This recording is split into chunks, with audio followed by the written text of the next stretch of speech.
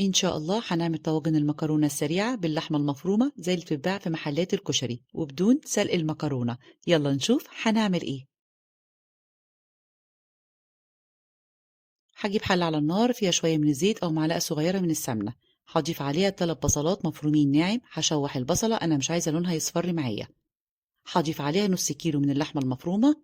هبدأ إن أنا أشوحها بالشكل ده، وهبدأ إن أنا أتبلها بالملح والفلفل، معلقة صغيرة من القرفة، وبهارات اللحمة، وأي بهارات بتحبيها استخدميها.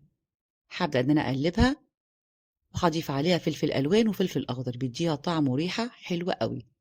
في حلة على النار هجيب شوية من الزيت وبصلة صغيرة. هبدأ إن أنا أشوحها، وهبدأ أضيف عليها لتر من عصير الطماطم، وأبدأ أتبلها بالملح والفلفل، معلقة سكر صغيرة، معلقة من الشطة لو انت حباها سبايسي.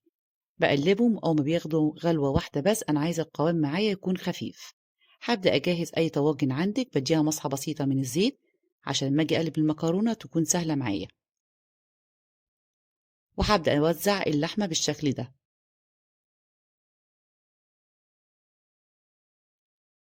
وهبدأ إن أنا أضغط عليها عشان برضو لما أجي أقلبها ما تفكش مني.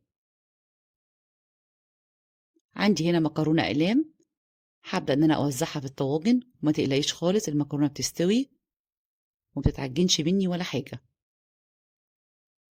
وحاولي إن انتي ما تمليش الطواجن، يعني عقلتين من الصبع كده سيبيهم، عشان انتوا عارفين إن المكرونة حجمها بيتضاعف. هيكون عندي الصلصة بتغلي، شايفينها؟ ما تضيفهاش وهي ساقعة عشان ما تعجنش منك. هبدأ أوزعها يا دوبك تغطيها كده بالشكل ده،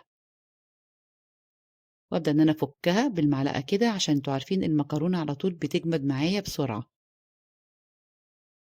هبدأ أجهز ورقة من الزبدة على ورقة من الألمنيوم، وهغطيهم كويس جدا.